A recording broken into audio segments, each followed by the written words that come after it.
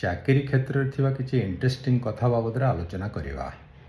ସରକାରୀ ଚାକିରି ହେଉ କି ବେସରକାରୀ ଚାକିରି ହେଉ, ଚାକିରି କ୍ଷେତ୍ରରେ ଜଣେ ଜଣେ ବସ୍ ଥାଆନ୍ତି।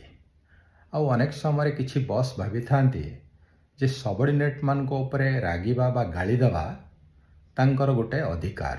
ଏଇଟା ଭୁଲ। ତାଙ୍କୁ କୌଣସି ଲାଇସେନ୍ସ ମିଳିନି କାହାକୁ ଗାଳି ଦେବା ପାଇଁ। ଜଣେ ବସ୍ ଜଣେ ଲିଡର, ଆଉ ଯାହାର ଲିଡରସିପ୍ କ୍ୱାଲିଟି ଅଛି ସେ ସବର୍ଡିନେଟ୍ମାନଙ୍କୁ ଗାଇଡ୍ କରିବ, ମୋଟିଭେଟ୍ କରିବ, ଟିମ୍ ଗଠନ କରିବ। ଏଇଟା ବସ୍ ବୁଝିବା ଦରକାର। ଅନେକ ସମୟରେ ଅନେକ ବସ୍ ଭାବିଥାନ୍ତି ଯେ ତାଙ୍କ ସବର୍ଡିନେଟ୍କୁ କିଛି ଜଣା ନାହିଁ, ତେଣୁ କହିଥାନ୍ତି ଆରେ ତୁମକୁ ଏତିକି ଜଣା ନାହିଁ, ତୁମକୁ କିଏ ଚାକିରି ଦେଲା କେଜାଣି।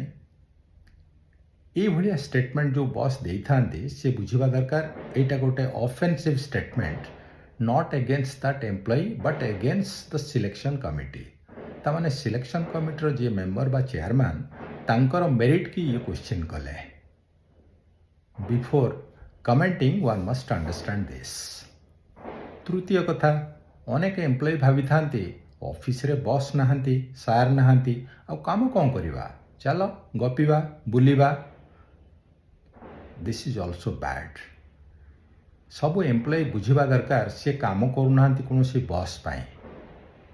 ଆଜି ବସ୍ ଅଛନ୍ତି, କାଲି ପଳେଇଯିବେ। ସେ କାମ କରୁଛନ୍ତି ଅର୍ଗାନାଇଜେସନ୍ ପାଇଁ ଏବଂ ତାଙ୍କର ଦରମା ପାଇଁ। ଏତିକି ସେମାନେ ମନେ ରଖିବା ଉଚିତ। ଚତୁର୍ଥ କଥାଟି ଆହୁରି ଇଣ୍ଟରେଷ୍ଟିଂ। ଦେଖିବେ ଅନେକ ସମୟରେ ବେସ୍ ଲେଭେଲ୍ ବା ଏଣ୍ଟ୍ରି ଲେଭେଲ୍ ପୋଷ୍ଟ ରିକ୍ରୁଟମେଣ୍ଟ ପାଇଁ ବାହାରିଥାଏ ଯେ ଏତେ ବର୍ଷର ଅନୁଭୂତି ଦରକାର, ଏକ୍ସପିରିଏନ୍ସ ଦରକାର। ଆରେ ସେ ତ ଏଣ୍ଟ୍ରି ଲେଭେଲ୍ରେ ଯିବ, ଏକ୍ସପିରିଏନ୍ସ କେଉଁଠୁ ପାଇବ?